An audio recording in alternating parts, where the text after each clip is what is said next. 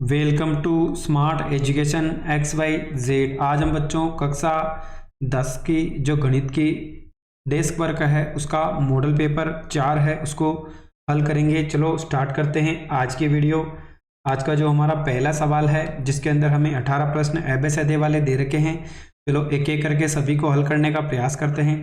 पहला सवाल है 468 को इसके अभाज्य गुणनखंड के रूप में व्यक्त कीजिए। यानी जो 468 है इसको घात के रूप में लिखना है तो सबसे पहले इकाई अंक 4 है, 2 का भाग देंगे 2 बार, 3 बार और 4 बार। वापिस इकाई अंक कितना है 4 है, 2 का भाग देंगे 1 बार, 1 बार और 7 बार जाएगा। यानी कितनी बार जाएगा 117 बार। फिर 2 का भाग नहीं जाएगा क्योंकि विषम संख्या है तो सबको जोड़ दो। 3 का नियम क्या कहता है, सभी को जोड़ो। 9 हो गया, 9 में 3 का भाग जाएगा तो 3 3 9 और उसके बाद कितनी बार जाएगा ये 9 बार जाएगा। वापिस 9 और 3 12 है, 3 का भाग जाएगा 1 बार और 13 बार। फिर 13 में 13 का भाग 1 बार जाएगा। यानी 2 की पावर 2, 3 की पावर भी 2 और साथ में 13 की पावर क्या आएगी 1। यानी जो ऑप्शन नंबर इसका ए है जिसके अंदर 2 की पावर 2, 3 की पावर 2 और 13 की पावर 1, यानी ऑप्शन ए इसका राइट आंसर होगा। अगला है यदि बहुपद 2x² + x + k का एक गुणनखंड यानी 1.3 है तो हमें k का मान ज्ञात करना है। तो सबसे पहले हम क्या करेंगे, x की जगह कितना रख देंगे 3। तो चलो रख लेते हैं 2x² + का x + का k और साथ में शून्यांक पता करना, इक्वल टू क्या कर देंगे 0। x की जगह 3 रखो तो 3 का स्क्वायर 3 + k बराबर 0।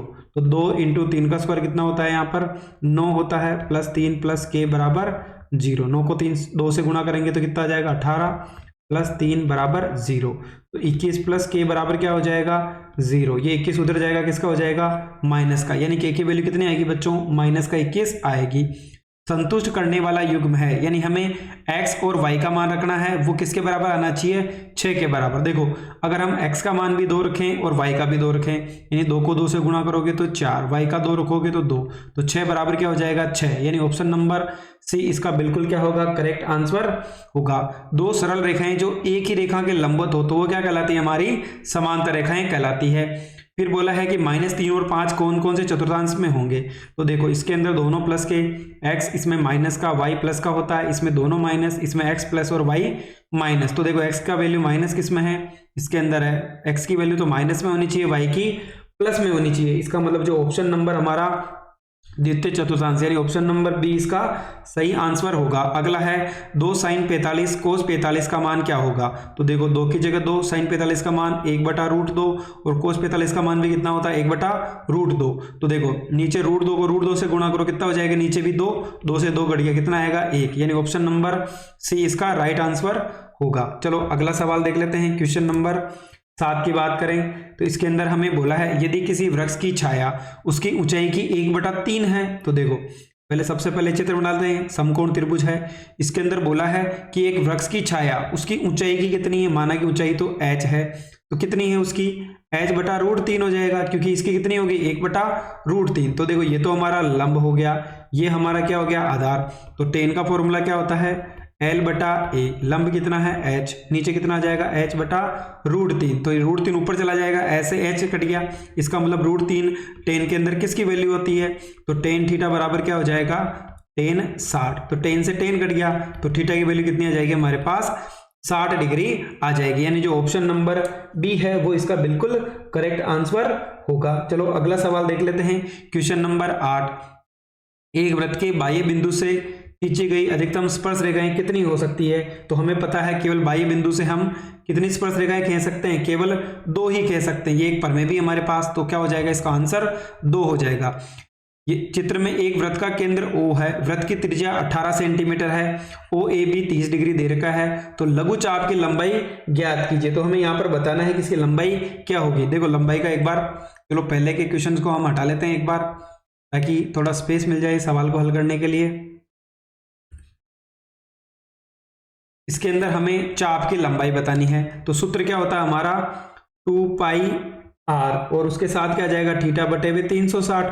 तो देखो पाई की जगह तो 22/7 आ जाएगा, आर की वैल्यू कितनी दे रखी है 18, थीटा का मान कितना है 30/360। 0 से 0 कट गया, 18 के टेबल से कितनी बार कटेगा 2 बार।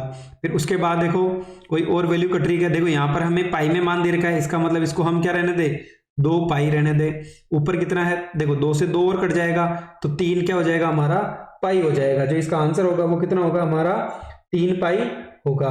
तो ऑप्शन नंबर बी इसका राइट आंसर होगा। चलो एक बार वापस देख लेते हैं। 2 की जगह तो पाई रखना है, आर की जगह 18 और 30/360, 0 से 0 ये कितनी बार कटेगा 2 बार, 2 से 2 कट गया तो कितना बच गया हमारे पास 3 पाई बच गया। चलो अगला सवाल देखते हैं, क्वेश्चन नंबर 10।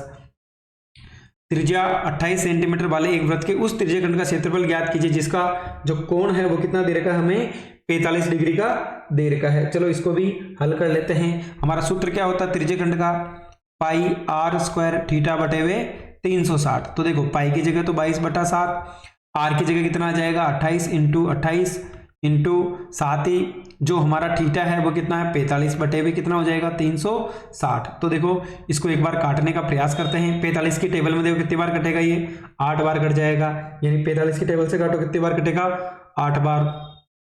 7 की टेबल से ये 4 बार, 4 की टेबल से ये कितनी बार कटेगा 2 बार, 2 की टेबल से इसको कितनी बार काट दो 11 बार, यानी 11 इंटू 28 तो कितना आ जाएगा हमारा देखो 11 से गुणा करो 8 0 और 2 रे कितना हो जाएगा 3, यानी जो हमारा आंसर होगा वो कितना होगा 308 सेंटीमीटर का स्क्वायर। एक शंकु का आयतन 308 सेंटीमीटर क्यूब है और उसकी ऊंचाई 6 सेंटीमीटर है, तो हमें बताना है कि उसकी जो आधार की त्रिज्या वो क्या होती है। देखो इसका सूत्र देख लेते हैं, 1/2 पाई आर स्क्वायर एच बराबर जो हमें आयतन दे रखा वो कितना दे रखा 308। तो चलो एक बार इसको वैल्यू रख लेते हैं, पाई की जगह तो 22/7, नीचे 3 तो आएगा ही अपना। आर की वैल्यू कितनी है यहाँ पर हमें दे रखी है 6, नहीं यहाँ पर आर नहीं दे रखा, आर तो हमें क्या करना है पता करना, तो आर स्क्वायर रहने दो। एच की वैल्यू कितनी दे रखी है 6 बराबर में 308। तो देखो इनको काट लेते हैं, 3 की टेबल से कितनी बार कटेगा ये 3 दूनी 6 हो गया। उसके बाद देखो सारे को दूसरी तरफ लेके जाओ, 308 7 ऊपर चला जाएगा और 22 और 2 कहाँ जाएगा नीचे आ जाएगा। 2 की टेबल से काट लो कितनी बार कटेगा 1 15 और 4 बार, यानी 154 बार कटेगा। ये कितनी बार कटेगा यहाँ पर 7 बार कटेगा, यानी आर स्क्वायर बराबर 7 इंटू 7। तो अगर इधर का रूट हटाएं तो क्या आ जाएगा वर्गमूल आ जाएगा, तो आर बराबर क्या हो जाएगा 7 हो जाएगा। ये जो हमारी त्रिज्या होगी वो कितनी होगी 7 सेंटीमीटर होगी। फिर बोला यदि अंकों में से एक अंक चुना जाए तो सम संख्या आने की प्रायिकता बतानी है। तो देखो सबसे पहले अंक कितने हैं टोटल 9 है, यानी नीचे कितना आ जाएगा 9। सम संख्या कितनी है 1 2 3 4 संख्या हो गई, तो 4/9 क्या हो जाएगा, यानी ऑप्शन नंबर बी इसका क्या होगा बिल्कुल करेक्ट आंसर होगा। चलो क्वेश्चन नंबर अगर हम 13 की बात करें इसको भी देख लेते हैं। इसके अंदर हमें बोला है 2 तार, एक तो 12 मीटर का है एक 16 मीटर का है, तारों को समान लंबाई के टुकड़ों में काटा जाए तो अधिकतम लंबाई बतानी है। तो देखो हम क्या करेंगे इसमें इसका एचसीएफ निकाल लेते हैं। क्या निकाल लेते हैं इसका एचसीएफ निकाल लो। तो देखो ये 6 बार जाएगा, ये 8 बार, वापिस 2 का भाग 2 3 बार और 4 बार, इसका मतलब 2 इंटू 2, यानी जो इसका आंसर होगा वो कितना होगा 4 होगा। कितना मीटर होगा 4 मीटर होगा। देखो जब भी अधिकतम पूछे तो एचसीएफ निकालना है, न्यूनतम पूछे तो एलसीएम निकालना है। अगला है क्वेश्चन नंबर 14, ये हमें क्या बताने शून्यांक, यानी एक्स स्क्वायर -25 बराबर 0 है, तो एक्स स्क्वायर उधर जाएगा किसका हो जाएगा प्लस का, इधर का वर्ग घटाओ इधर क्या आ जाएगा प्लस माइनस रूट में 25 आ जाएगा, तो 25 किसका वर्गमूल होता है 5 का, यानी x की 2 वैल्यू हो जाएगी, एक तो 5 प्लस का और एक 5 माइनस का, यानी जो ऑप्शन नंबर बी है इसका बिल्कुल करेक्ट आंसर होगा। अगला सवाल है यदि समीकरण में y की जगह -1 रख लो तो 2x - y बराबर 17 है, तो y की जगह -1 रखो तो देखो -1 बराबर 17 हो गया, तो 2x माइनस माइनस कितना हो जाएगा प्लस का, उसके बाद 1 अगर दूसरी तरफ जाएगा किसका हो जाएगा माइनस का, तो ये कितना हो गया 16, 2 की टेबल से काट दो कितनी बार कटेगा ये 8 बार, यानी जो ऑप्शन नंबर बी है यानी 8 इसका राइट आंसर होगा। फिर बोला है एडी कितना है 4 सेंटीमीटर, डीबी कितना है 6 सेंटीमीटर, ए कितना है 5, तो इसी निकालना है, तो थैलेस पर में से क्या हो जाएगा एडी बटे हुए डीबी यानी 4/6, एई बटे हुए ईसी यानी 5/ईसी। तो देखो अगर इनको वज्र गुणा करें तो ईसी बराबर क्या हो जाएगा 6 इंटू 5/4, 2 की टेबल से काट दो 3 बार, यानी 15/, कितना हो गया यहाँ पर 2, यानी 7.5 इसका राइट आंसर होगा।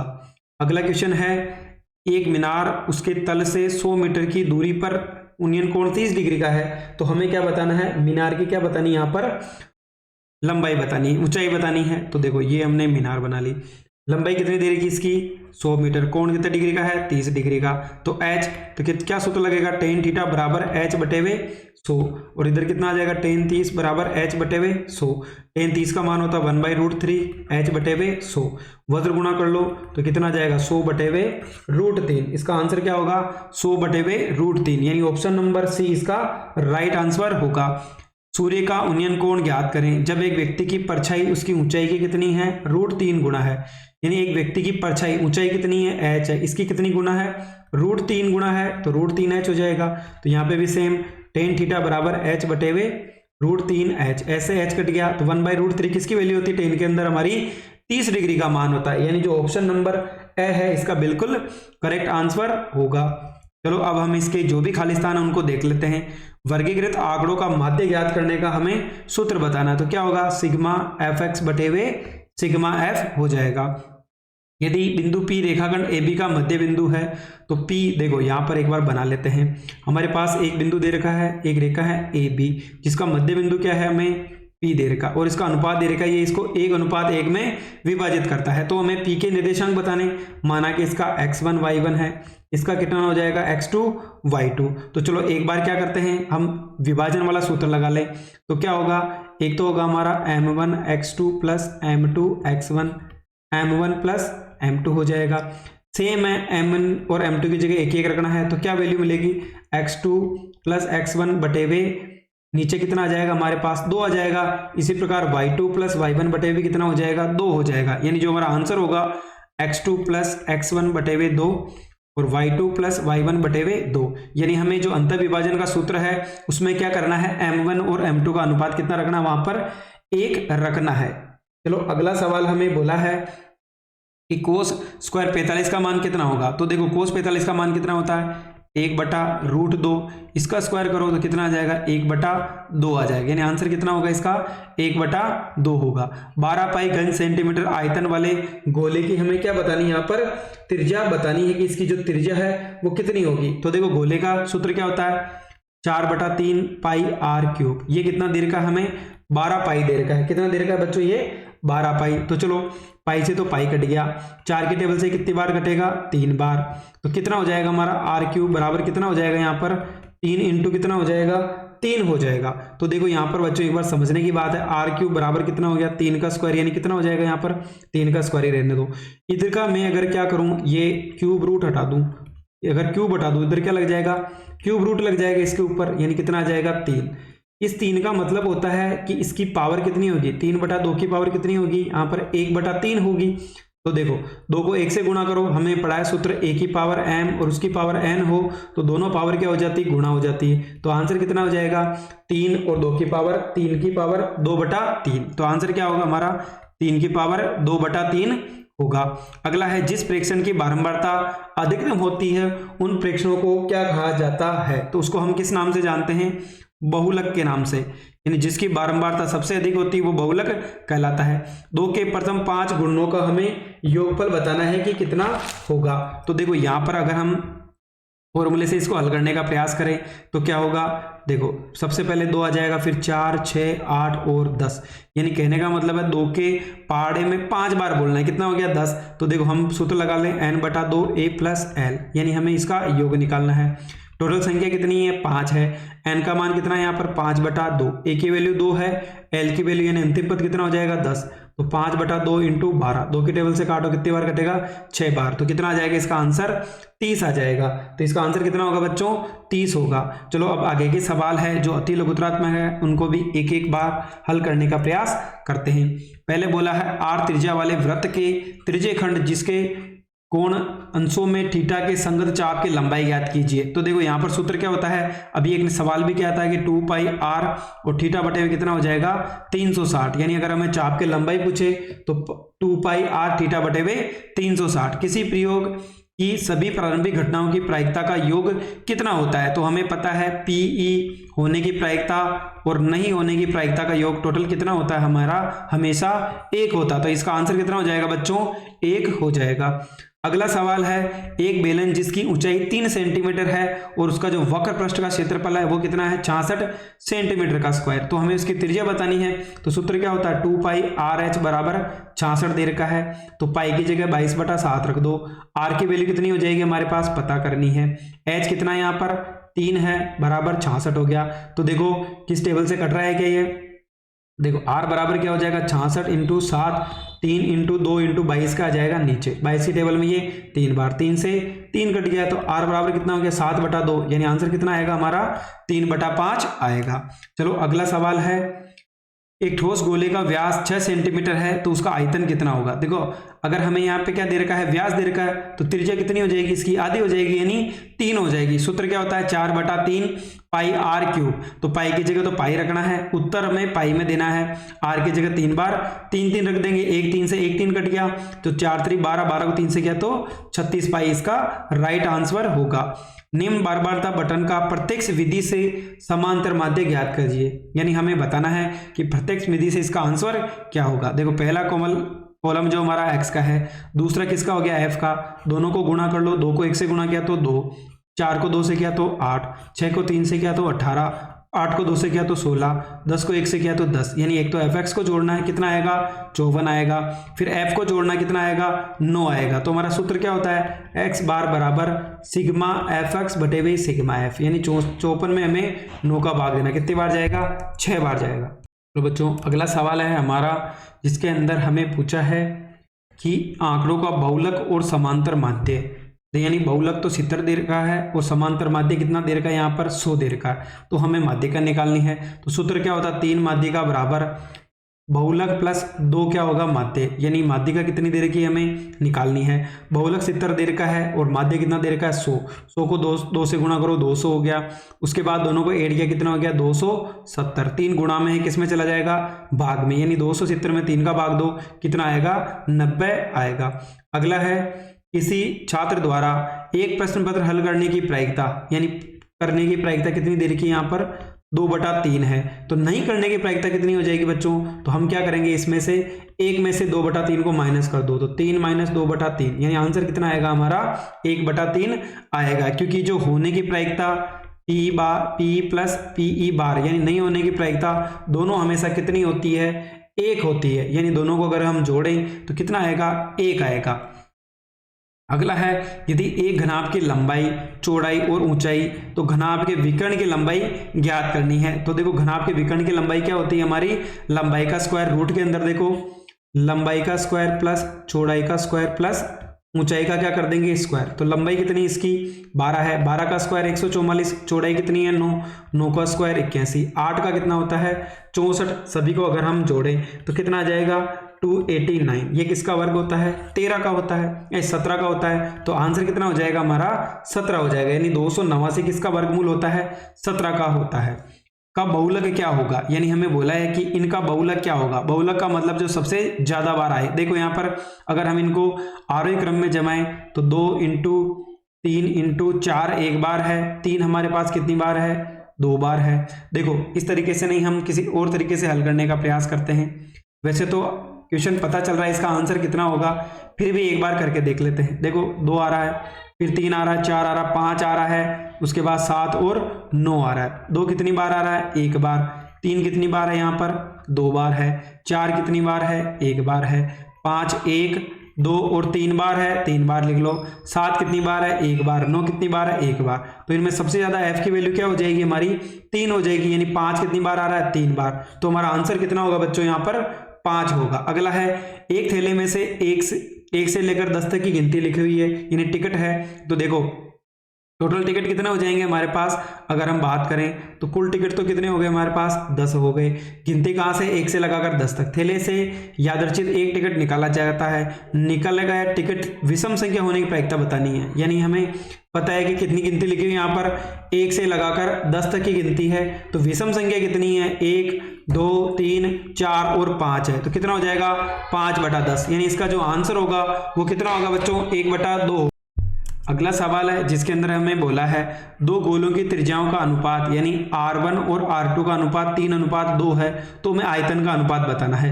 तो देखो आयतन V1/V2, आयतन क्या होता है 4/3 पाई R1 का क्यूब, 4/3 पाई R2 का क्यूब, क्योंकि यहाँ पर हमें बोला है त्रिज्या का अनुपात दे रखा है, बाकी सब चीजें क्या होती है सेम। 4/3 से 4/3 कट गया, पाई से पाई कट गया, यानी r1 का क्यूब बटा क्या हो जाएगा, r2 का क्यूब हो जाएगा। 3 का स्क्वायर तो 9, 2 का कितना होता है 4, यानी यहाँ पर आंसर जो होगा हमारा, यहाँ पर क्यूब बोला है तो 3 का तो कितना होता है 27, 2 का कितना होता है 8, यानी जो 27:8 ही क्या होगा, इसका उत्तर होगा। हमें बोला है बंटन का परास बताना। परास का मतलब बड़ी वैल्यू माइनस छोटी वैल्यू। तो देखो यहाँ पर सबसे बड़ी वैल्यू 10 है, सबसे छोटी संख्या क्या है 0, तो आंसर कितना आएगा हमारा 10 आएगा, यानी अधिकतम वैल्यू माइनस न्यूनतम वैल्यू कर देंगे। अगला बोला है कि यहाँ पर a का HCF तो 97 है, तो हमें एलसीएम बताना है। तो हमें पता है कि दो संख्याओं का गुणनफल किसके इक्वल होता है, एलसीएम इंटू HCF होता है। दो संख्या कौन कौन सी है, 1261 और 1067। इसका HCF तो कितना दे रखा है 97, तो हमें इसका क्या पूछा है, एलसीएम पूछा है।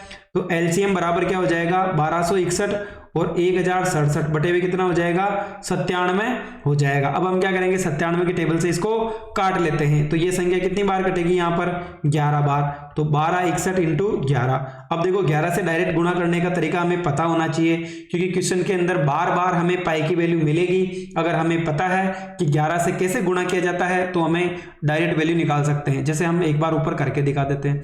सबसे पहले पहली वैल्यू रख दो, फिर दो दो को जोड़ो, यानी 6 रे कितना हो गया 7, फिर अगली दो संख्या जोड़ो, 6 और 2 कितना हो गया 8, फिर अगली दो संख्या जोड़ो, 2 रे कितना होता है 3, और लास्ट में 1 बच गया तो 1 रह जाएगा, यानी हमारा आंसर कितना आ जाएगा 13,861। चलो एक वैल्यू और ले लें। मान लो कि हमारे पास ऐसे कोई वैल्यू लिखी हुई है, 11 से गुणा करना है, पहली संख्या लिखो, फिर दो दो के जोड़े में जोड़ो, 3 और 2 5, 4 3 7, और लास्ट में अंतिम संख्या 4 लिख देंगे। इस प्रकार हमें 11 का नियम पता होना चाहिए मल्टीप्लिकेशन का, क्योंकि जब भी पाई की वैल्यू मिलेगी हमें 11 से गुणा करना आना चाहिए। यहाँ पर बोला है वह प्रतिबंध ज्ञात कीजिए जिसका एक बहुपद दे रखा है कि शून्यांक एक दूसरे के क्या है। इस सवाल को कर लेते हैं। यहाँ पर बोला है कि देखो एक हमें समीकरण दे रखा है ax² + bx के शून्यांक एक दूसरे के व्युत्क्रम है। तो देखो शून्यांक हमें पता है अल्फा और बीटा। यहाँ पर देखो इसने बोला है कि जो इसके शून्यांक है वो क्या है, एक दूसरे के व्युत्क्रम है, यानी एक दूसरे के उल्टे हैं। माना कि देखो पहला है, हमने पढ़ा है यहाँ पर अगर पहला क्या है अल्फा, तो बीटा क्या होगा 1/अल्फा हो जाएगा, उसका क्या हो जाएगा व्युत्क्रम, यानी उसको क्या कर देंगे हम उल्टा कर देंगे। और हमें पता है अल्फा बीटा क्या होता है हमारा c/a होता है। तो देखो यहाँ पे अल्फा की जगह अल्फा, बीटा की जगह क्या रखेंगे 1/अल्फा c/a। अल्फा से अल्फा कट गया, यानी हमारा जो एक बराबर क्या होगा c/a। वज्र गुणा करो तो एक ही वैल्यू किसके बराबर आ जाएगी, c के बराबर आ जाएगी। यही हमें क्या बताना था, यहाँ पर सिद्ध करना था। अगला है विलोपन विधि का प्रयोग करके निम्न रैखिक समीकरण के संभवतः हल ज्ञात कीजिए। यानी हमें किसका प्रयोग करना है, यहाँ पर विधि का नाम बोला है विलोपन विधि। विलोपन का मतलब है एक चर को हम क्या कर देंगे, विलोप कर देंगे। कहने का मतलब सबसे पहले देखो दो नियम पता होने चाहिए।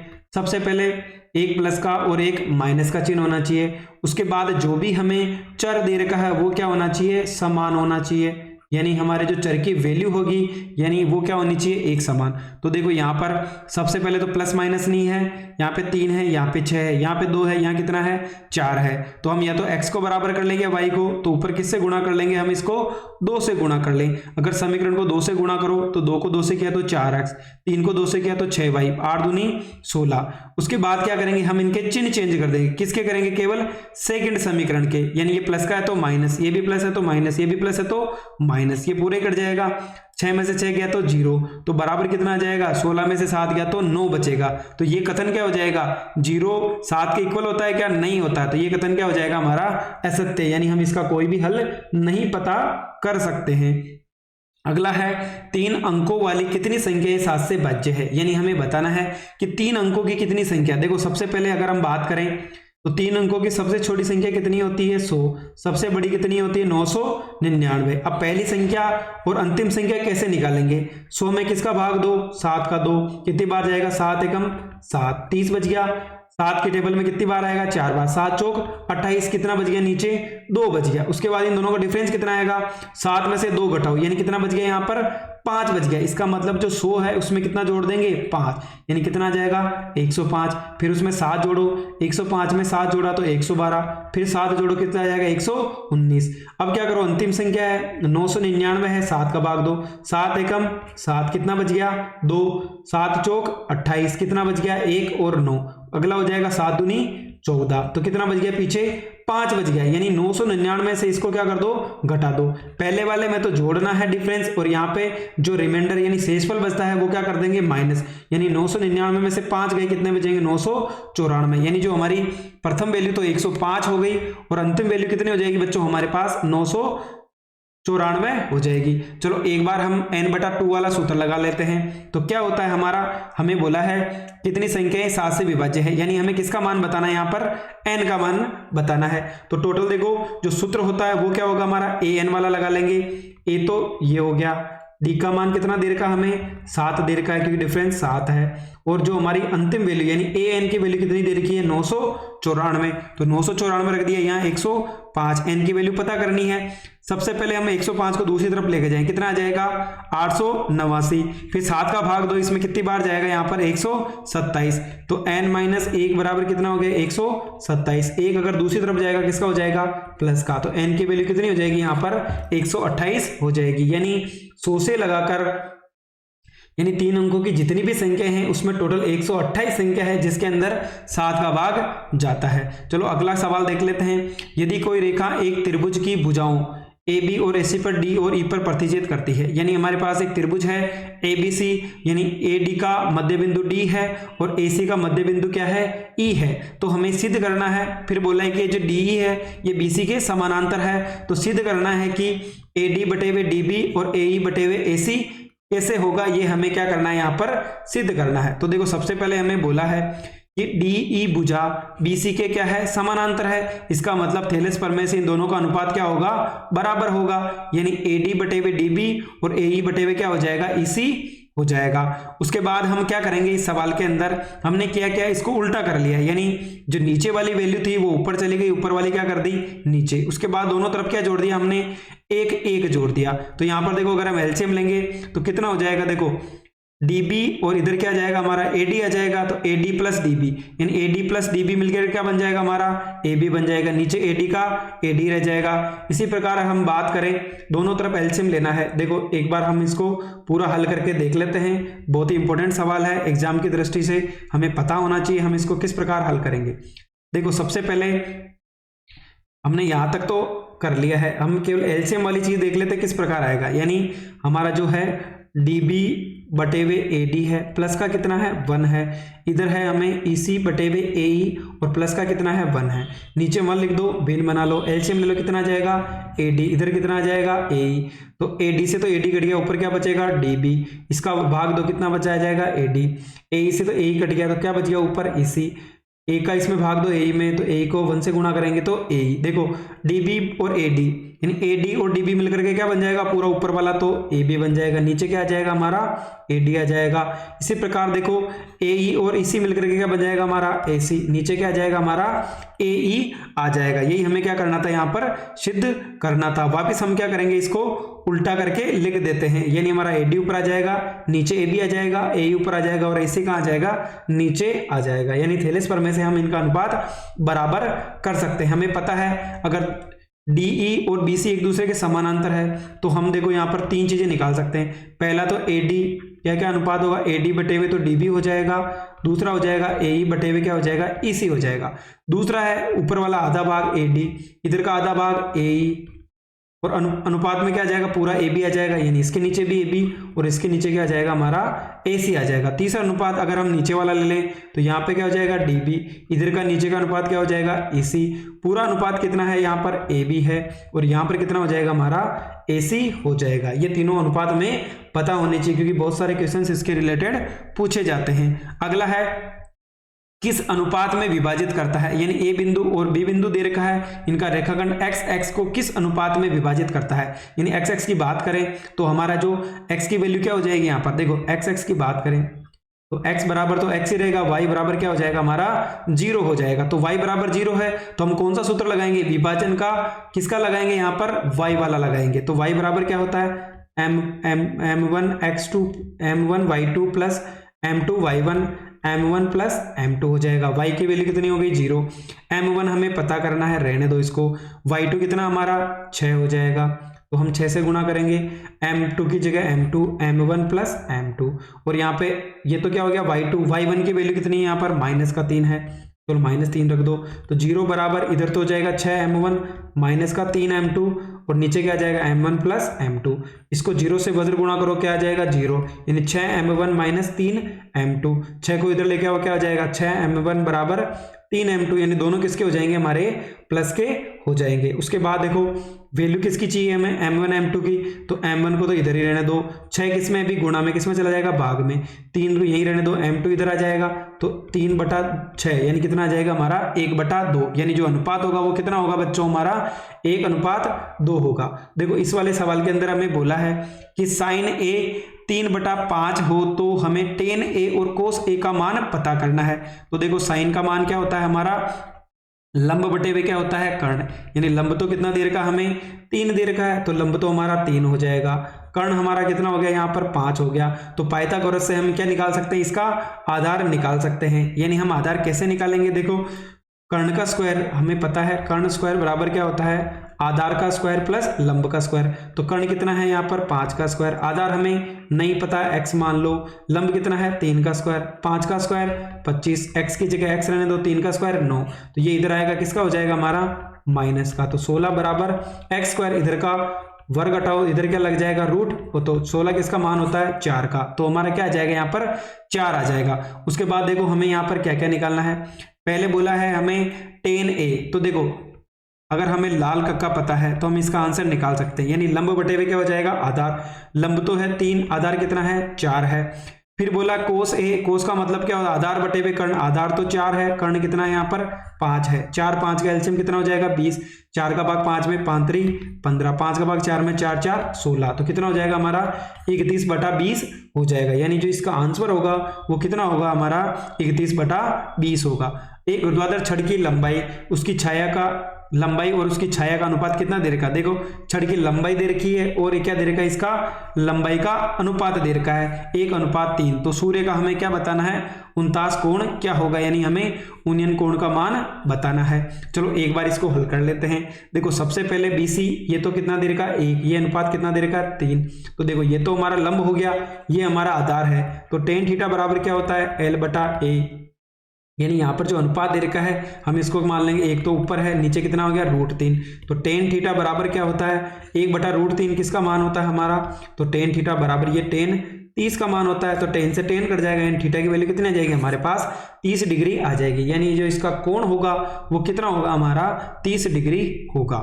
अगला सवाल बोला है यदि एक बिंदु A से, यानी एक हमारा बिंदु है, केंद्र O वाले किसी वृत्त पर, यानी एक वृत्त है जिसका केंद्र क्या है O है, AB और AC दो स्पर्श रेखाएं हैं, तो AB और AC यानी बाह्य बिंदु से हम कितनी स्पर्श रेखाएं कह सकते हैं 2, तो देखो AB बराबर क्या होगा AC होगा, यानी बाह्य बिंदु से खींची गई स्पर्श रेखाओं की लंबाई क्या होती है बराबर होती है। फिर बोला BOC, यानी जो केंद्र पे कोण बन रहा है वो 140 है, तो हमें बोला BAC, यानी BAC इस कोण का मान बताना है। तो देखो हमें पता है ये कोण भी 90 डिग्री होगा, ये भी 90 डिग्री होगा, क्योंकि त्रिज्या स्पर्श रेखा पर क्या होती है लंब, यानी ये भी 90 हो गया, ये भी कितने का हो जाएगा 90 का, इसको हम x मान लें, तो x प्लस 90 प्लस 140 बराबर कितना हो जाएगा 360, क्योंकि यहाँ पर देखो एक चतुर्भुज बन रहा है, चतुर्भुज के टोटल चारों कोणों का मान कितना होता है 360 डिग्री, तो x प्लस 9 दूनी 18, 18 और 4 22 और 10 कितना हो गया हमारा 32 हो गया।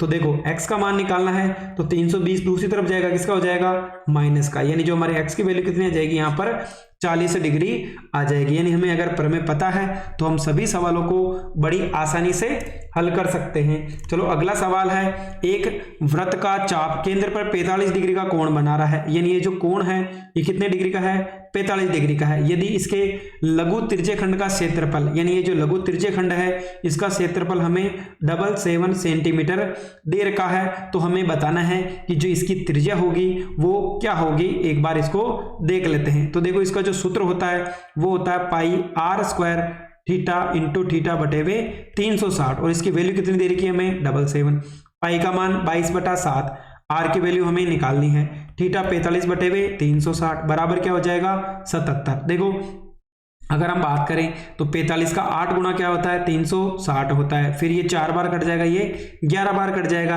यानी 11/7 आर स्क्वायर, नीचे कितना है 4 बराबर 77। 11 के टेबल से कितनी बार कटेगा 7 बार कटेगा, यानी आर स्क्वायर बराबर 7 × 7 × 4 हो जाएगा। यानी यहाँ पर अगर हम बात करें तो इसकी जो वैल्यू होगी आर स्क्वायर की वैल्यू कितनी निकलेगी। देखो अगर हम इसको रूट में लेके जाएं, आर इधर स्क्वायर हटाओ, इधर कितना जाएगा 7 × 7, 4 को मैं क्या लिख दूं 2 × 2, तो देखो 2 के जोड़े बना लो, 7 में से एक 7 क्या आ जाएगा 12 आ जाएगा, इधर एक जोड़ा बन गया 2 12 आ जाएगा, यानी आर का जो मान होगा वो कितना होगा हमारा 14 सेंटीमीटर होगा। इस प्रकार आपको अंदर गुणा नहीं करना है, जैसे यहाँ पर 196 यानी गुणा करके लिखा हुआ है, हम क्या करेंगे इनके जोड़े बना लेंगे, यानी जितने भी 2 के जोड़े बनेंगे एक वैल्यू क्या आ जाएगी बाहर आ जाएगी।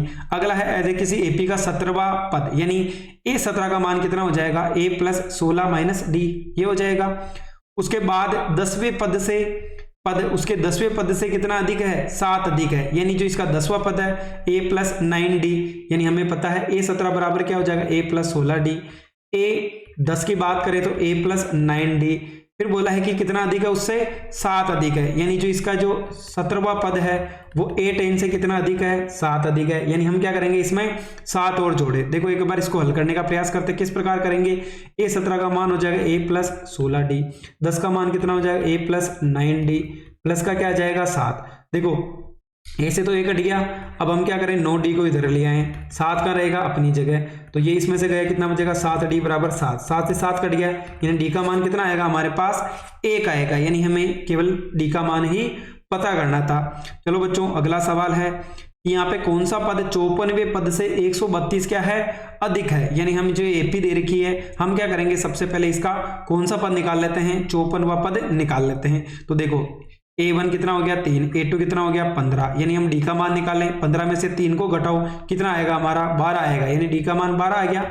A का मान कितना है 3 है, तो हम क्या करते हैं इसके अंदर 54 पद यानी n की वैल्यू कितनी रख देते हैं यहाँ पर 54 रख देते हैं, यानी n बराबर अगर हम 54 रखें तो हमारा जो 54वां पद वो कितना आएगा 639 आएगा। उसके बाद बोला है कि वो 54वें पद से कितना है 132 अधिक है, यानी कितना अधिक हो जाएगा वो 132 क्या हो जाएगा उससे अधिक हो जाएगा। अगर हम बात करें तो यहाँ पर देखो an-1 और d रख दी, तो 639 उसमें कितना और जोड़ देंगे 132, तो हमारा जो n का मान आएगा वो कितना आएगा 65, यानी कितना आएगा 65 आएगा।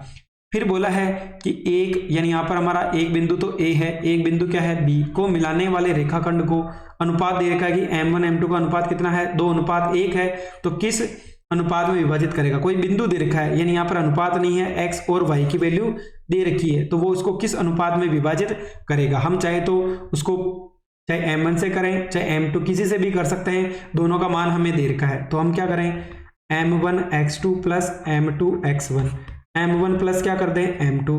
यहाँ पे भी एक तरीका है, हम किसी और तरीके से इसको हल करने का प्रयास करते हैं। तो देखो x की वैल्यू कितनी यहाँ पर 2 है, 2 रख दो, m1 का मान कितना इधर देखो m1 का मान m1 ही रहने दो, m2 का मान m2 ही रहने दो। हम क्या करते हैं m1 m2 की वैल्यू रख दी। अब x2 मान कितना है 4 है, यानी 4 से गुणा कर दो।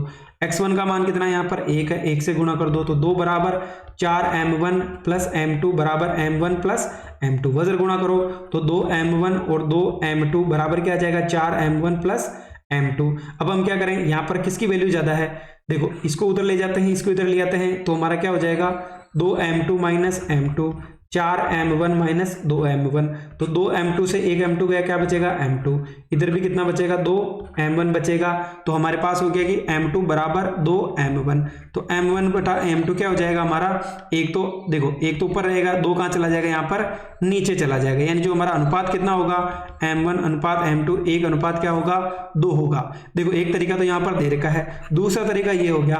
तीसरा तरीका है अगर हम यहाँ पे x की जगह y का सूत्र लगाएं तो यहाँ पे क्या रख देंगे y की जगह 1, उससे भी हम क्या निकाल सकते हैं m1 अनुपात m2 की वैल्यू निकाल सकते हैं। यहाँ पर जो बुक में हमें सॉल्यूशन दे रखा है यहाँ पर लेमडा अनुपात 1 मान करके इसका हल कर रखा है, यानी जहां पर m1 है वह लेमडा रखना है, m2 की जगह 1 रखना है।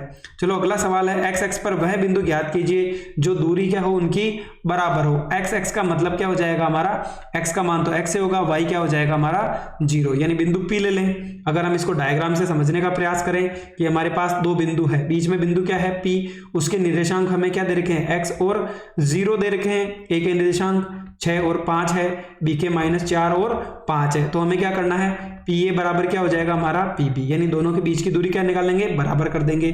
तो यहाँ पर देखो अगर हम सूत्र लगाएं, पहले तो इन दोनों के बीच लगा ले, फिर इन दोनों के बीच लगा ले, तो हमने दोनों तरफ सूत्र लगा दिया, दोनों क्या होंगे आपस में बराबर होंगे। तो यहाँ पर जो हमारा x का मान आएगा वो कितना आएगा, 1 आएगा, यानी कितना आएगा हमारा 1। तो 1:1,0 क्या हो जाएगा हमारा आंसर हो जाएगा। केंद्र O वाले वृत्त पर बाह्य बिंदु A से दो स्पर्श रेखाएं A, B और AC खींची गई, यानी एक बिंदु है जो क्या है A है, इसे हमने दो स्पर्श रेखाएं खींची, एक तो हमने AB खींची और एक क्या खींची AC, यानी दोनों आपस में क्या होगी, बराबर होगी।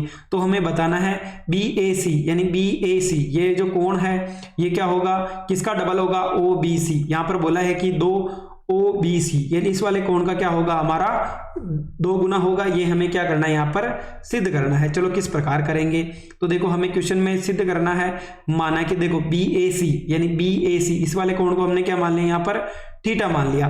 फिर हमें पता है कि बाह्य बिंदु से खींची गई स्पर्श रेखाओं की लंबाई क्या होती है, बराबर होती है। दोनों क्या हो जाएंगे आपस में, AB बराबर AC हो जाएंगे। अगर दो भुजाएं बराबर है जिसकी, तो ABC हमारा क्या हो जाएगा, समद्विबाहु त्रिभुज हो जाएगा, क्योंकि जिसकी दो भुजाएं बराबर होती है वो क्या होता है हमारा समद्विबाहु त्रिभुज होता है। तो यहां पर देखो ABC, यानी ABC, दूसरा हो गया हमारा ACB बराबर क्या हो जाएगा, 180 में से क्या कर देंगे हम थीटा माइनस करके 2 क्या कर लेंगे, बाहर ले लेंगे। तो देखो 90 हो गया, देखो इसका आधा करो, इसका आधा कितना हो जाएगा 90, इसका आधा करो कितना, थीटा बटे हुए 2 आ जाएगा। यानी अगर हम इसमें दोनों का एलसीएम लेंगे तो कितना मिलेगा हमें, 90 डिग्री मिलेगा। उसके बाद हम क्या करेंगे, OBA में से क्या निकाल लेंगे, उसका ABC का मान माइनस कर देंगे। तो 90 में से अगर हम इस वैल्यू को माइनस करें तो कितना आएगा, 90 में से 90 कट गया, यानी 1/2 आ जाएगा। यानी कितना हो जाएगा, इसका वज्र गुणा करोगे तो 2 गुना हो जाएगा, यानी BAC डबल किसका होगा, 2 OBC का 2 गुना होगा। अगला सवाल है, दिए गए चित्र में QS का मान ज्ञात कीजिए। यहां पर बोला है हमें QS यानी इसका मान बताना है, जबकि दिया गया है कि OS यानी OS की वैल्यू अगर हम बात करें ये कितनी दे रखी है हमें, 13 दे रखी है। फिर बोला है कि PQ यानी PQ इसकी मान कितने दे रखा है हमें, 12 दे रखा है। तो हमें बताना है कि QS का मान कितना होगा, यानी हमें QS की वैल्यू फाइंड करनी है। बच्चों ये जो सवाल दे रखा है इसमें कुछ मिस्टेक्स है, क्योंकि यहाँ पर जो वैल्यू दे रखी है हमें PQ की वैल्यू तो 12 दे रखी है, OS की वैल्यू कितनी है 13 है, और हमें जो वैल्यू पूछी है वो किसकी पूछी है, SQ की पूछी है। यहाँ पर ये 13 नहीं है। वैसे तो हमें पता है कि बाह्य बिंदु से खींची गई स्पर्श रेखाओं की लंबाई क्या होती है, बराबर होती है। यानी ये 12 है तो ये भी कितनी होगी, 12 ही होगी, लेकिन हमें वैल्यू निकालनी पड़ेगी। तो सबसे पहले हम क्या करेंगे, ये त्रिभुज ले लेंगे OPQ, जिसके अंदर हमें देखो ये 12 दे रखा है, ये 13 है, ये हमें पता है ये कितने डिग्री का होगा, 90 डिग्री, क्योंकि स्पर्श रेखा त्रिज्या पर क्या होती है, त्रिज्या स्पर्श रेखा पर लंब होती है। ये 90 तो ये क्या हो जाएगा कर्ण, यानी 13 का स्क्वायर, बाद में 12 का स्क्वायर, OP निकाल लेंगे। 13 का 169, 12 का कितना होता है 144, तो OP का स्क्वायर क्या हो जाएगा, 169 में से अगर 144 घटाओ तो कितना हो जाएगा हमारा 25 हो जाएगा। यानी OP की वैल्यू कितनी हो जाएगी, 25 रूट में चला जाएगा। तो OP बराबर कितना आ गया हमारे पास, 5 आ गया। यानी ये भी त्रिज्या है, ये भी त्रिज्या, ये भी कितनी हो जाएगी 5। इस बार भी हम क्या करेंगे, वापस पाइथागोरस प्रमेय लगा देंगे। ये क्या हो गया हमारा कर्ण हो गया, यानी ये कितने डिग्री का हो गया, 90 डिग्री, तो कर्ण कितना हो गया वापस 13 का स्क्वायर बराबर OS का स्क्वायर यानी 5 का स्क्वायर। मान किसका निकालना हमें, x का, तो x मान लो 169, 5 का कितना होता है 25 और x स्क्वायर। तो 169 में से अगर हम 25 को घटाएं तो कितना आ जाएगा हमारा 144। तो 144 क्या आ जाएगा रूट में, इधर क्या आ जाएगा x, तो इसका मान कितना आ जाएगा हमारा, x का मान 12 आ जाएगा। यानी हमें 2 बार क्या लगानी पड़ेगी यहाँ पर, पाइथागोरस प्रमेय लगानी है। वैसे हमें पता है आंसर कितना आना चाहिए 12, क्योंकि स्पर्श रेखा की लंबाई क्या होती है, हमेशा बराबर होती है। हमें क्या बताना है, इसका माध्यक निकालना है। तो सबसे पहले हम क्या करें, x वाला जो पहला कॉलम x का होता है, दूसरा किसका होता है f का, यानी बारंबारता। तो सबसे पहले पहली वैल्यू CF निकालनी है, पहली वैल्यू ऐसे रख दो। फिर क्या करोगे, 1 में 2 जोड़ो 3 आ गया, 3 में 4 जोड़ा 7 आ गया, 7 में 5 जोड़ा 12, 12 में 15 जोड़ा 27, 27 में 30 जोड़ा 57, 57 में 7 जोड़ा 117, 117 में 95 जोड़ो 212, 212 में 82 जोड़ो 294 और 294 में 75 जोड़ो कितना आ जाएगा 369। अगर f की वैल्यू और इसका जो अंतिम कॉलम है CF का वो दोनों हमेशा क्या होने चाहिए, बराबर होने चाहिए। उसके लिए हमें पता है कि n/2 निकालना है, यानी 369 में हमें किसका भाग देना है, यहाँ पर 2 का भाग देना है। तो कितना आएगा हमारा 84.5 आएगा। तो इससे बड़ा कॉलम क्या हो जाएगा 100, ये वाला कॉलम सेलेक्ट कर लेंगे। तो देखो इस वाले अगर कॉलम की बात करें हम, तो हमें क्या पूछा है यहाँ पर, माध्य ज्ञात कीजिए। तो हमारा क्या होगा 184 पॉइंट कुछ ही होगा माध्यक, तो यानी अति ये विचर कितना हो जाएगा 8 हो जाएगा। तो चलो ये इसका आंसर है, क्योंकि आगे हमें नहीं निकालना है। अथवा में दिया इसका क्या निकालना है, हमें माध्य ज्ञात करना है। तो देखो यहाँ पर पहले कॉलम तो किसका हो गया x का, दूसरा हमारा किसका हो गया यहाँ पर f का हो गया। तो देखो अगर हम बात करें तो यहाँ पर x आई माइनस, यानी हम इसमें से कोई भी एक कॉलम ले ले। हमने क्या ले लिया यहाँ पर 45 ले लिया, यानी a की वैल्यू सेलेक्ट करनी है। तो क्या हो जाएगी हमारी, देखो सिग्मा नहीं a plus sigma F you बटे हुए सिग्मा एफ इंटू क्या होता है हमारा h होता है। यानी हम अगर तीसरे विधि की बात करें तो हमें क्या करना है, यहाँ पर h का मान भी पता होना चाहिए। तो देखो अगर हम इसकी वैल्यू निकालनी चाहें तो बीच का मान ले लेंगे। सबसे पहले a हम बीच का, यानी 1 2 3 4 5 पद है, तो बीच का मान ले लेते 45। तो ये कॉलम क्या कर लेंगे हम सेलेक्ट कर लेते हैं। तो हम क्या करेंगे 45 में से, यानी 25 में से 45 गया, कितना बचेगा हमारा 4 बचेगा। सबसे बढ़िया तरीका है, यहाँ पर कुछ भी नहीं करना है आपको। क्या करना है, जिस कॉलम को सेलेक्ट किया वहां 0 लिख दो, ऊपर -1 करते जाओ, नीचे हम +1 कर लेंगे। फिर इन दोनों को क्या करोगे, गुणा करो। 4 को -2 से किया तो -8, 28 को -1 से किया तो -28, 20 को 1 से गुणा किया तो 20, 6 को 2 से किया तो 12, प्लस को अलग जोड़ो और माइनस को अलग। ये अगर हम इन दोनों को जोड़े कितना आएगा माइनस का 36, नीचे कितना आएगा हमारा 32, यानी 36 में से 32 गया, कितना बचेगा माइनस का 4 बचेगा। तो हमारा सूत्र क्या होता है, a plus sigma F you बटे हुए सिग्मा एफ इंटू क्या हो जाएगा h। a कितना माना हमने 45 माना, सिग्मा एफ यू कितना है हमारे पास -4, सिग्मा एफ कितना हमारे पास 100, और h की वैल्यू यहाँ पर हमें क्या दे रखा है, डिफरेंस दे रखा है क्या। लेकिन यहाँ पर अगर हम डिफरेंस निकालना चाहें तो कितने का डिफरेंस आएगा हमारे पास 10 का आएगा, क्योंकि 10 का क्या है डिफरेंस है।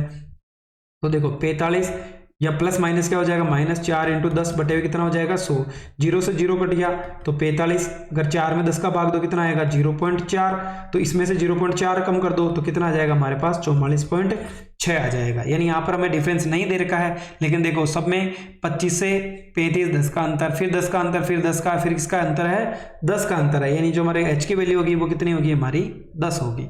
अगला है यहाँ पर बोला निम्नलिखित द्विघात समीकरण के हल ज्ञात करने हैं। इसके अंदर 4x square 4bx a square minus b square दे रखा है। तो चलो सबसे पहले हम इसको हल कैसे करेंगे। तो यहाँ पर हमने क्या किया, जो समीकरण दे रखा है उसको अंदर गुणा कर लिया, यानी ये तो माइनस का हो जाएगा, माइनस ये किसका हो जाएगा प्लस का हो जाएगा। तो देखो यहाँ पर अगर हम सूत्र की बात करें तो यहाँ पर सूत्र कितना बन रहा है 2x प्लस b, यानी a प्लस b का होल स्क्वायर बन रहा है। a स्क्वायर प्लस का 2ab प्लस का क्या होता है b स्क्वायर होता है, यानी 2x प्लस b का होल स्क्वायर हो गया। देखो उसके बाद हम कौन सा सूत्र लगाएंगे, a square minus b square, यानी एक बार तो हमें प्लस में लिखना है और एक बार किस में लिखना है इसको माइनस में, यानी इन दोनों को एक बार तो हमने प्लस में लिख दिया इसको पूरे को ही, और एक बार किस में लिख दिया माइनस में। इधर क्या हो गया हमारा 0 हो गया। तो यहाँ पर अगर हम बात करें तो 2x plus b plus a बराबर भी 0, एक तो इसको 0 के बराबर करेंगे, दूसरे वाले को भी हम 0 के बराबर करेंगे, यानी 2x प्लस का b प्लस a बराबर 0 और 2x प्लस का b माइनस का a बराबर क्या हो जाएगा 0 हो जाएगा। तो हमें किसकी वैल्यू निकालनी है x की, तो a और b उधर जाएगा तो दोनों किसके हो जाएंगे हमारे माइनस के, यानी a प्लस b हो जाएगा। x की वैल्यू क्या हो जाएगी माइनस का a प्लस b, नीचे कितना आ जाएगा हमारा 2 आ जाएगा। अगर दूसरे वाले सवाल की बात करें तो a उधर जाएगा तो माइनस है तो प्लस का, और b किसका हो जाएगा माइनस का। x की वैल्यू a माइनस b और नीचे क्या चला जाएगा 2, तो हमारे दो मान क्या होंगे a प्लस b और a माइनस का b होगा। चलो अगला सवाल है 650 रुपए कुछ व्यक्तियों के मध्य समान रूप से विभाजित किए जाएं। यदि 15 व्यक्ति और होते तो प्रत्येक के हिस्से में 30 रुपए कम आते, तो ज्ञात कीजिए कि पहले कितने आदमी थे, वो हमें बताना है। तो देखो यहाँ पर 15 व्यक्ति और आते, मान लीजिए पहले व्यक्तियों की संख्या कितनी थी हमारे पास x थी, अगर 15 और आ जाते हैं तो मान लो 15 और आ गए तो उनका जो पैसा क्या मिलेंगे कम मिलेगा, यानी पहले कितना मिलता था इसको, यानी 6500 बटे हुए x मिलता था, अब उसमें से कितना हो जाएगा 30 कम हो जाएगा, और टोटल पैसे कितने हमारे पास 65,000, यानी 6500 रुपए है। तो अब हम क्या करेंगे, देखो यहाँ पर अगर हम एलसीएम ले ले दोनों का तो क्या आ जाएगा यहाँ पर 6500 और 3 को x से गुणा करोगे तो 30x और ये वज्र गुणा होकर उधर चला जाएगा तो कितना हो जाएगा x हो जाएगा। फिर अब हमें क्या करना है, इनको एक एक गुणा करना है। पहले x को 6500 से गुणा किया तो 6500x, फिर x को -30 से गुणा किया तो क्या आ जाएगा -30x²। 15 को इससे गुणा किया तो 9,97,500, फिर 15 को इससे गुणा करो कितना हो जाएगा 4,500। इसको इधर ले आओ तो क्या आ जाएगा हमारा 6500x हो जाएगा। अब हम क्या करेंगे x² सबसे पहले लिखना है, फिर x की वैल्यू कितनी है, ये 3 है, ये प्लस माइनस कट जाएगा कितना आ जाएगा 450x, ये भी क्या चला जाएगा पीछे चला जाएगा। अब सबके अंदर देखो अगर हम ऐसे निकाले तो कितना आएगा 30 कॉमन आएगा, तो 30 कॉमन लिया क्या बच जाएगा x² प्लस का 15x माइनस का 3 2 5 0, तो हमारा समीकरण हो गया x² प्लस का 15x माइनस का 32 50 हो गया। तो उसके बाद हमें टुकड़े करने हैं तो क्या हो जाएगा 65x और 50x, दोनों में x कॉमन ले लो कितना बच जाएगा x प्लस 65, यहाँ पे माइनस का चिन्ह और 50 कॉमन ले लो तो माइनस माइनस प्लस, यहाँ पे माइनस माइनस प्लस हो जाएगा। तो x प्लस 65 कॉमन है तो x प्लस 65 कॉमन आ जाएगा और x माइनस 50 बच जाएगा। यानी एक तो हमारा x प्लस 65 बराबर क्या हो गया 0, तो x का मान कितना आ जाएगा माइनस का 65, और दूसरा है x माइनस 50 बराबर 0, यानी x की वैल्यू कितनी आ जाएगी यहाँ पर 50 आ जाएगी। यानी यहाँ पर क्या होगा हमारा 50 होगा आंसर, क्योंकि माइनस हम कभी भी कंसिडर नहीं करते हैं। निम्नलिखित सर्वांग सम सिद्ध कीजिए कि वे कोण जिनके व्यंजक परिभाषित न्यून कोण होते हैं, यानी हमें इस सवाल को हल करना है। चलो एक बार हम इसको हल करने का प्रयास कर लेते हैं। देखो सबसे पहले अगर हम बात करें इसको, तो हम इसको और इसको दोनों को किसी तीसरे के बराबर कर लेते हैं। तो देखो सबसे पहले हमने क्या किया 1 प्लस कोट a², यानी हमने LHS लिया। ये किसका फॉर्मूला होता है, ये हमने पढ़ा है कि 1 प्लस कोट स्क्वायर a बराबर क्या होता है हमारा कोसेक स्क्वायर a होता है।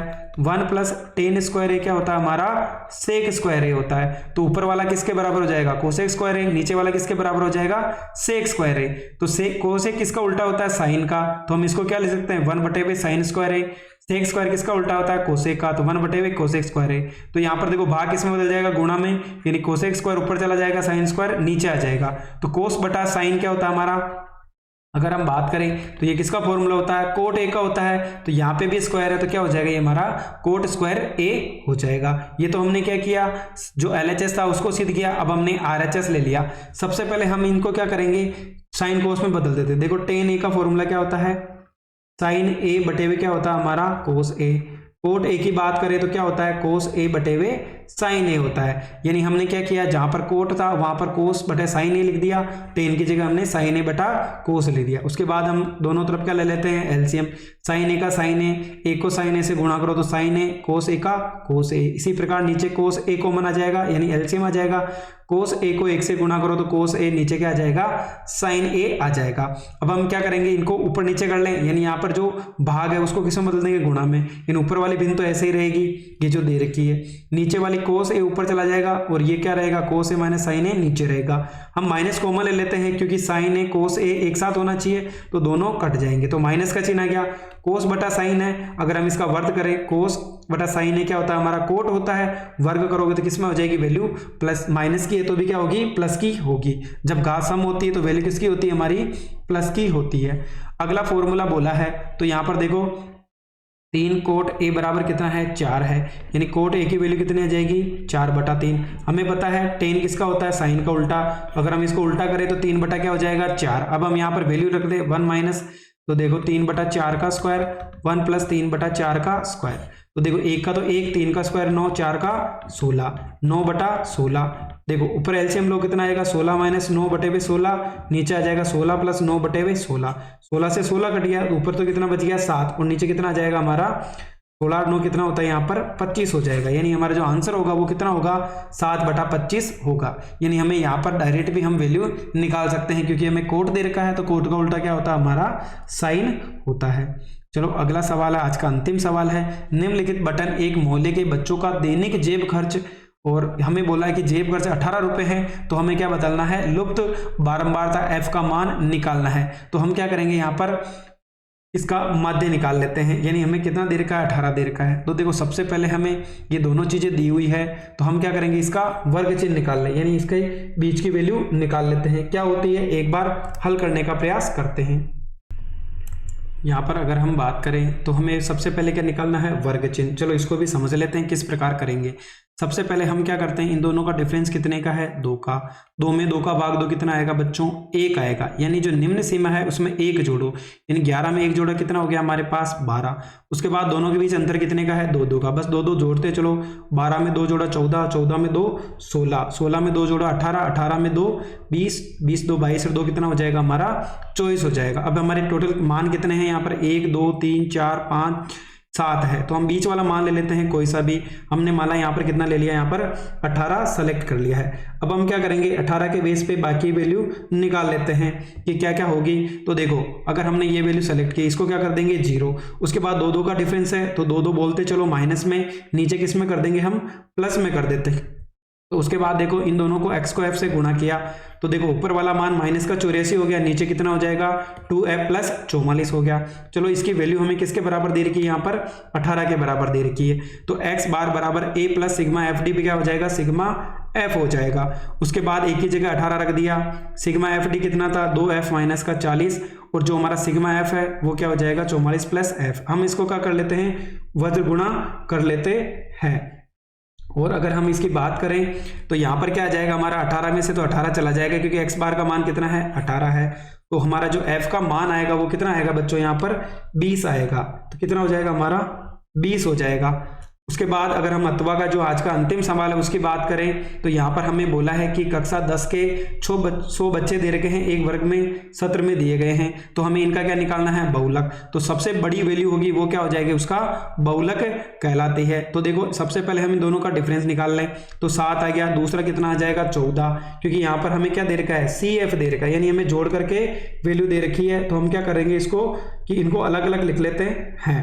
तो देखो अगर हमने इसको माइनस कर लिया पीछे वाले में से आगे वाला, तो सबसे बड़ी वैल्यू कितनी इसके अंदर हमारी 20 है, तो ये वर्ग क्या हो जाएगा हमारा सेलेक्टेड हो जाएगा। उसके बाद देखो जो कॉलम हमने सेलेक्ट किया ये क्या जाएगा हमारा F1, इससे पहले वाला F0, इसके बाद वाला क्या हो जाएगा F2। H हमारा कितना हो जाएगा, यहाँ पर डिफरेंस 10 का हो जाएगा। L कितना हो जाएगा हमारा 40 हो जाएगा। अगर हम इन सभी वैल्यू को क्या करें, यहाँ पर रख दें फॉर्मूले के अंदर, तो हमारा जो आंसर आएगा वो कितना आएगा बच्चों, 44.7 आएगा। तो बच्चों ये बस आज के लिए बस इतना ही। अगर आपको हमारी मेहनत पसंद आई हो तो चैनल को लाइक करें, सब्सक्राइब करें और अपने दोस्तों के साथ भी शेयर करें। Thank you.